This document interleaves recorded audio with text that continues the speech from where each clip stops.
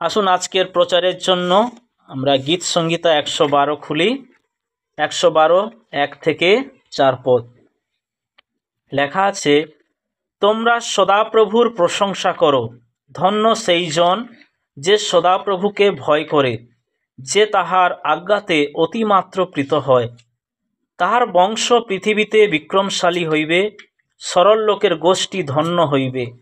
তাহার গৃহে ধন ও ঐশ্বর্য থাকে, তাহার ধার্মিকতা নিত্যস্থায়ী। সরল লোকের জন্য অন্ধকারে জ্যোতি উদিত হয়, সে কৃপাময়, স্নেহশীল ও ধার্মিক। ঈশ্বর তার বাক্যে আমাদের সকলকে আশীর্বাদ করুন। জয় যিশু। এই 112তে আমরা যে অংশটা পড়লাম, লেখা রয়েছে তোমরা সদাপ্রভুর প্রশংসা করো।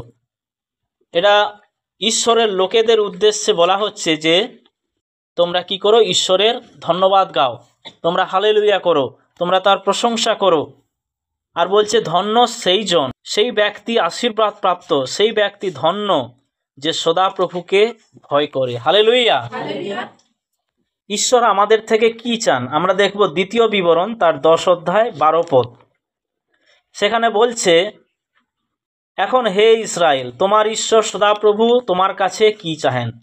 এটা ঈশ্বর আমাদের কাছ থেকে কি চান সেটা বলছে। আর আপনার প্রশ্ন যদি আছে যে ঈশ্বর আমার কাছ থেকে কি চান, তাহলে আপনি এই বাক্যটা শুনুন। লেখা আছে, এখন হে ইসরায়েল, তোমার ঈশ্বর সদাপ্রভু তোমার কাছে কি চাহেন, কেবল এই যেন তুমি আপন ঈশ্বর সদাপ্রভুকে ভয় করো, তাহার সকল পথে চলো ও তাহাকে প্রেম করো, এবং তোমার সমস্ত হৃদয় ও তোমার সমস্ত প্রাণের সহিত তোমার ঈশ্বর সদাপ্রভুর সেবা করো। হালেলুয়া।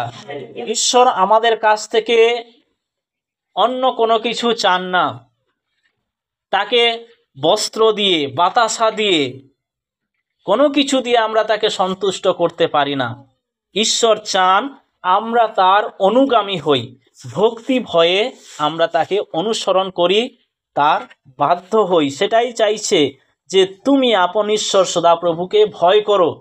ঈশ্বর যেটা বলেছেন আমাদেরকে যে আমাকে ছাড়া তুমি অন্য কাউকে পূজা করো না, আমি ছাড়া তোমার দ্বিতীয় কোনো প্রভু না থাকুক। তাই বলছি ঈশ্বরকে ভয় করার অর্থ সেটাই যে আমরা তার আজ্ঞা, তার বিধি, তার শাসনকে আমরা কি করব, মান্য করব। সেটাই হচ্ছে ঈশ্বরকে ভয় করা। ঈশ্বরকে ভয় করা মানে পালিয়ে যাওয়া নয়, কিন্তু ঈশ্বরকে ভয় করা মানে মন্দ থেকে দূরে থাকা, যে আমি এটা করব না, ঈশ্বর এটাকে ঘৃণা করেন। সেটাই হচ্ছে ঈশ্বর ভয়, যে ঈশ্বর যেটা পছন্দ করেন না আমি সেটা করব না। ঈশ্বরকে ভয় করার অর্থ ঈশ্বর যেটা ভালোবাসেন আমি সেটা করব। তারপর বলছে, তাহার সকল পথে চলো ও তাহাকে প্রেম করো, এবং তোমার সমস্ত হৃদয়, তোমার সমস্ত প্রাণের সহিত সদাপ্রভুর সেবা করো। আর গীতে 112তে কি লেখা রয়েছে, ধন্য সেই মানুষ, ধন্য সেই পুরুষ, ধন্য সেই নারী, ধন্য সেই সন্তানেরা যারা ঈশ্বরকে ভয় করে। তারপর বলছে, যে তাহার আজ্ঞাতে অতিমাত্র প্রীত হয়। হালেলুয়া। এখানে দেখছেন আমি যে দ্বিতীয় বিবরণ তার 10 অধ্যায় 12 পদ পড়লাম, তার সাথে এই পদটার কতটা মিল আছে।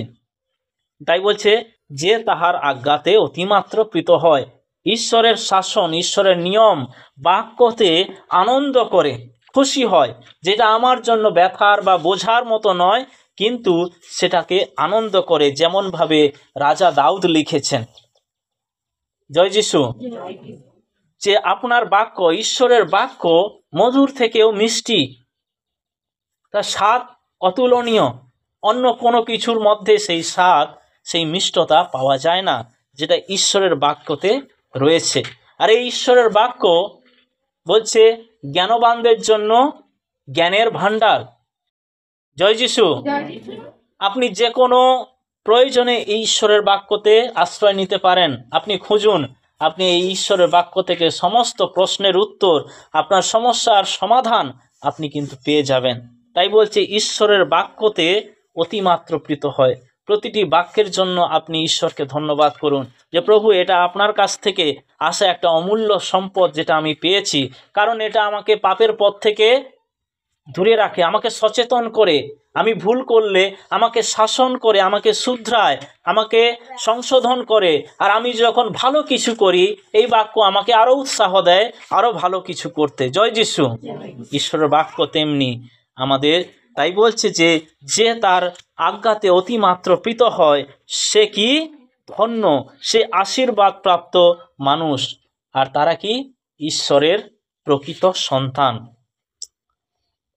এবার যারা ওই বাক্যকে পালন করে, যারা ঈশ্বরের বাক্যে প্রীত হয়, যারা ঈশ্বরকে ভয় করে, যারা ঈশ্বরের প্রশংসা করে, লেখা আছে তারপরের অংশ, তাহার বংশ পৃথিবীতে বিক্রমশালী হইবে। হালেলুইয়া।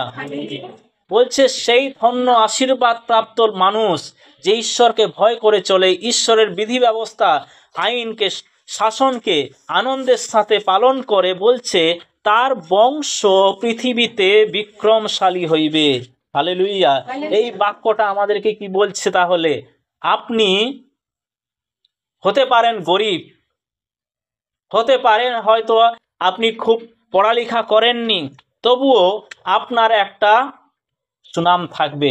আপনার মধ্যে এমন কিছু কাজ ঈশ্বর করবেন, আশ্চর্য কাজ, যে আপনি 10 জনের মধ্যে একজন গণনা করা যাবেন, কারণ ঈশ্বর আপনাকে সেই স্থানে তুলবেন।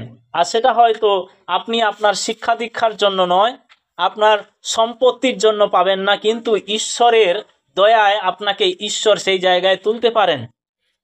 আমরা রাজা দাউদের কথা শুনি, তার তো পড়ালেখা বেশি ছিল না, স্কুলে গেছে কিনা আমিও তাও জানি না, কিন্তু রাখাল ছিল, মেষচরা তো আমি জানি। আর পরিবারের সন্তানদের মধ্যে তাকে গণনাও করা হয়নি। তার বাবা ভুলেও গিয়েছিল যে তার একটা সন্তান আছে, ছোট সন্তান, যে মাঠে গরু চড়াচ্ছে। যখন সামুয়েল বলছে তোমার কি এই সন্তানগুলো ছাড়া আর কি কোনো সন্তান অবশিষ্ট আছে, তখন যিশয়ে মনে পড়লো যে হ্যাঁ, আরও একটা আছে, ও মাঠে গরু চড়াচ্ছে, তাকে ডানো, তাকে ডেকে আনো। আর তাকে যখন ডেকে আনলো, ঈশ্বর বলছে এই সেই যাকে আমি চাই। জয় যিশু। তো ঈশ্বর সেই রকম একজনকে চান। তো কাক বলছে যে তাহার বংশ পৃথিবীতে বিক্রমশালী হইবে। এটাই হচ্ছে ঈশ্বরের অনুগ্রহ। যখন আমরা ঈশ্বরের ছায়াতে থাকি, ঈশ্বরের শাসনকে, বিধি ব্যবস্থাকে আমরা আনন্দের সাথে পালন করি, ঈশ্বর আমাদেরকে তখন উঁচুতে তোলেন। বলছে ঈশ্বরের সাক্ষাতে নত হও, নিজেকে নম্র করো, ঈশ্বর তোমাকে উন্নত করবেন। অহংকারীদেরকে ঈশ্বর কখনো তোলেন না, কিন্তু যারা নম্র তাদেরকে ঈশ্বর উপরে তোলেন। তার জন্য আমাদেরকে কী করতে হবে? ঈশ্বরের সামনে নত হতে হবে, ঈশ্বরের সামনে আমাদেরকে বিনম্র হতে হবে। তাহলে ঈশ্বর আমাদেরকে সঠিক সময়ে তিনি উন্নত করবেন। বলছে তাহার বংশ, ঈশ্বর ভয়কারী লোকের বংশ, ঈশ্বরের শাসনকে মেনে চলা মানুষের বংশ পৃথিবীতে বলে বিক্রমশালী হবে। আর বলছে সরল লোকের গোষ্ঠী ধন্য হইবে। হালেলুইয়া। সরল লোকের গোষ্ঠী, যাদের হৃদয় সত্য কথা বলে, যাদের অন্তর সরল, কুটিল চিন্তা নেই, বলছে তারা ধন্য হবে। ঈশ্বরের রাজ্যে ধন্য কারা? ঈশ্বরের রাজ্যে আশীর্বাদ প্রাপ্ত কারা? আমরা যখন সেই মথি 5 অধ্যায় পড়ি, 5 অধ্যায় 5 পদে, ধন্য যাহারা মৃদুশীল, কারণ তাহারা দেশের অধিকারী হইবে। হালেলুইয়া। সরল লোক, বলছে সরল লোকেরা কি হবে? ধন্য হবে। তারপর বলছে তাহার গৃহে ধন ও ঐশ্বর্য থাকে, তাহার ধার্মিকতা নিত্যস্থায়ী। ঈশ্বরকে ভয় করে চলা মানুষের গৃহে বলছে সম্পদের কখনো অভাব হয় না। তার বাড়িতে ঈশ্বর হন সদাপ্রভু আমার যোগানদাতা। ঈশ্বর যিনি জুগিয়ে দেন, অভাবে অনটনে ঈশ্বর সরবরাহ করেন। আপনি হয়তো জানেন যে আমার কাছে টাকা নেই, কিন্তু আপনি যখন ঈশ্বর ভয়শীল ব্যক্তি হন, তখন ঈশ্বর আপনার জীবনে কাজ করেন অবিশ্বাস্যভাবে, অদ্ভুতভাবে। কিভাবে তিনি নিয়ে আসেন, কিভাবে তিনি যোগান, আপনি তখন অনুভব করতে পারবেন যখন আপনি ঈশ্বরের পথে হাঁটা ব্যক্তি হবেন। বলছে তাহার গৃহে ধন ও ঐশ্বর্য থাকে। জয় যিশু। ঈশ্বরের লোকেদের একটা ভালো পরিচয় হলো তারা দানশীল। প্রচুর না থাকতে পারে, কিন্তু তারা দানশীল মানুষ হয়। তারা দিতে ভালোবাসে। যে ঈশ্বরকে ভালোবাসে সে মানুষকেও ভালোবাসে, আর তার মধ্যে এই স্বভাব থাকবে, সে অন্যকে দিতে পছন্দ করবে। কারোর অভাব থাকলে সে কিন্তু নিজের হাতকে কখনো লুকিয়ে রাখে না। তারপর বলছে তাহার ধার্মিকতা নিত্যস্থায়ী। হালেলুইয়া। আপনি যখন ঈশ্বরের পথে হাঁটবেন, আপনি ঈশ্বরের দেওয়া বিশ্বাসের সেই ধার্মিকতাকে পাবেন, যেটা আপনার সঙ্গে সঙ্গে সব সময় আপনার জীবনের শেষ পর্যন্ত থাকবে। তারপর বলছে সরল লোকের জন্য অন্ধকারে জ্যোতি উদিত হয়। হালেলুইয়া। সরল লোক, অমায়িক লোক, যারা মৃদুশীল, যাদের হৃদয় সবসময় সত্য বলে, যাদের মনে, যাদের মুখে ছলনা নেই, দ্বিচারিতা নেই, বলছে তাদের জন্য অন্ধকারে জ্যোতি উদিত হয়। যারা ঈশ্বরকে ভয় করে না, যারা ঈশ্বরের পথে হাঁটে না, তাদের কাছে অন্ধকার মানে অন্ধকার। হাঁটা যাবে না, বাইরে বেরোনো যাবে না। সমস্যার সময় তাদের জীবনে কোনো আশা নেই, কঠিন সময়ে কোনো আশা নেই। কিন্তু যারা ঈশ্বরকে ভয় করে, যারা সরল লোক, যারা বিশ্বাসী লোক, যারা ঈশ্বরের প্রশংসা করা লোক হয়, বলছে তাদের জীবনে অন্ধকার আসতে পারে। অন্ধকার সকলের জীবনে আসে, সমস্যা আসবে, তারপরে অভাব আসবে, কিন্তু বলছে কিন্তু ঈশ্বর তার জীবনে জ্যোতি হয়ে আসবেন, আশা হয়ে আসবেন, আলো হয়ে আসবেন, তাকে উদ্ধারের পথ দেখাবেন, তার জীবনে তিনি সমাধান নিয়ে আসবেন। অন্ধকারের মধ্যে জ্যোতি তারা দেখতে পাবে, কারণ ঈশ্বর সদাপ্রভুই আমার জ্যোতি। হালেলুইয়া। আমরা কেউ অন্ধকার এলে আমরা ভয় করব, আমাদের জীবনে সমস্যা এলে কেউ ভয় করব না, কারণ আমরা জানবো ঈশ্বর আছেন, যিনি সিংহের খাঁচা থেকেও উদ্ধার করতে পারেন, যিনি আগুনের মাঝখানেও আমাকে স্থির রাখতে পারেন। শুধু নিজের বিশ্বাসকে ঈশ্বরের প্রতি আপনি সমর্পণের মধ্য দিয়ে স্থির রাখুন, দেখুন আপনি কোথা থেকে কোথায় ঈশ্বর আপনাকে পৌঁছে দেন। তারপর বলছে সে কৃপাময়, স্নেহশীল ও ধার্মিক। যারা ঈশ্বরের প্রশংসা করবে, ঈশ্বরের পথে হাঁটবে, ঈশ্বরকে ভয় করবে, তাদের জীবনে কৃপা, অন্যকে দয়া করা, স্নেহ, ভালোবাসা আর ধার্মিকতা সবসময় থাকবে। জয় যিশু। তাই আমরা একজন ঈশ্বরের সন্তান হিসাবে কেমন মানুষ হব? ঈশ্বর কি পছন্দ করেন, কি চান? যেন আমরা ঈশ্বরকে ভয় করি, তার পথে হাঁটি, তার বিধি ব্যবস্থা আমরা আনন্দের সাথে পালন করি। জয় যিশু। তাহলে ঈশ্বর খুশি হবেন।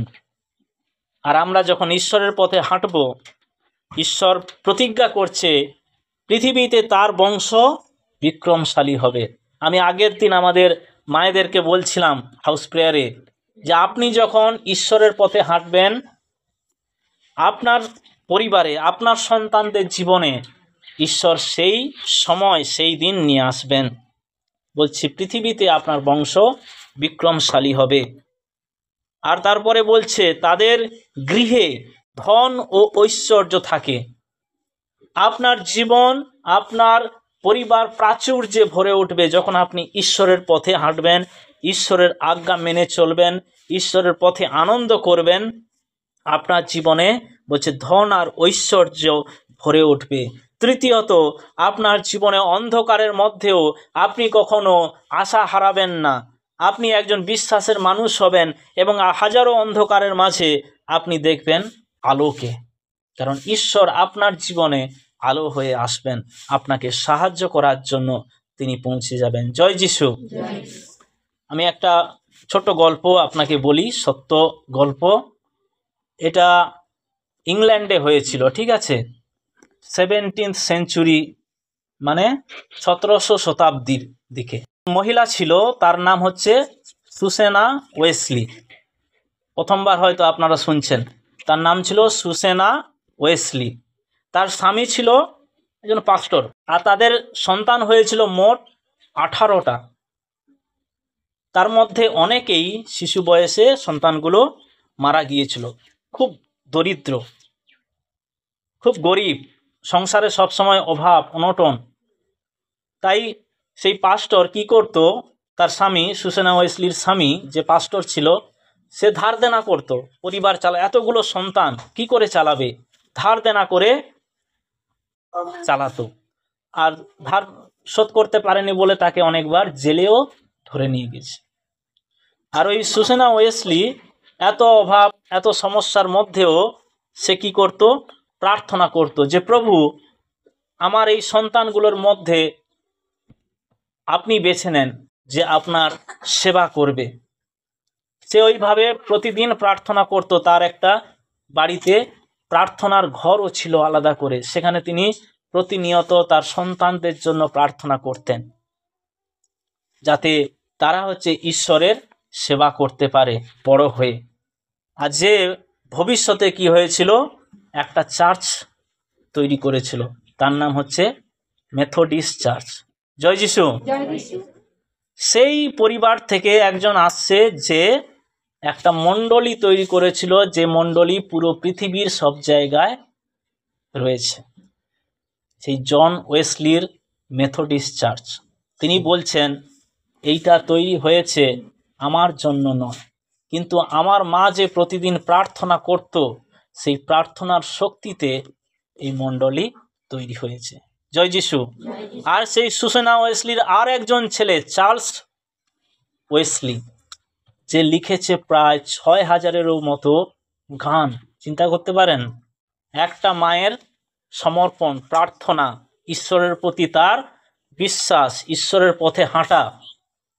ঘরে তো অভাব, স্বামী কতবার জেলে চলে গেছে, ঈশ্বরের প্রচারক।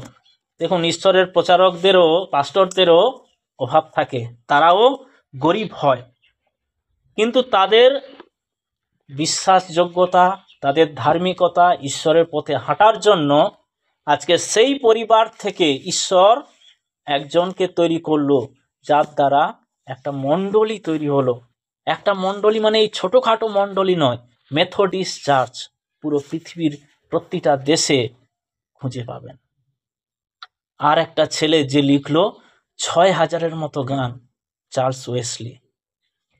এটা সম্ভব হয়েছে ঈশ্বরের পথে হাঁটা একজন মায়ের জন্য, যে ঈশ্বরের প্রতি সমর্পিত ছিল, অভাবের মধ্যেও, তাড়নার মধ্যেও, কিন্তু কখনো বিশ্বাস হারায়নি, কখনো তার সমর্পণকে হারায়নি। যে এত প্রার্থনা করছি, এত কিছু করছি, কেন আমার জীবনে অভাব দূর হচ্ছে না, কেন সমস্যা দূর হচ্ছে না, ঈশ্বর কেন আশ্চর্যজনকভাবে আমাদের জীবনে অর্থ সম্পদ নিয়ে আসছে না, কোনোদিন কিছু বলেনি। কিন্তু তার সমর্পণ, তার প্রার্থনা ভবিষ্যতে তার প্রজন্মকে, তার বংশকে কতটা আশীর্বাদ করেছে, তার সন্তানদের জীবনে কতটা আশীর্বাদ এসেছে, আমরা সেটা দেখতে পারি।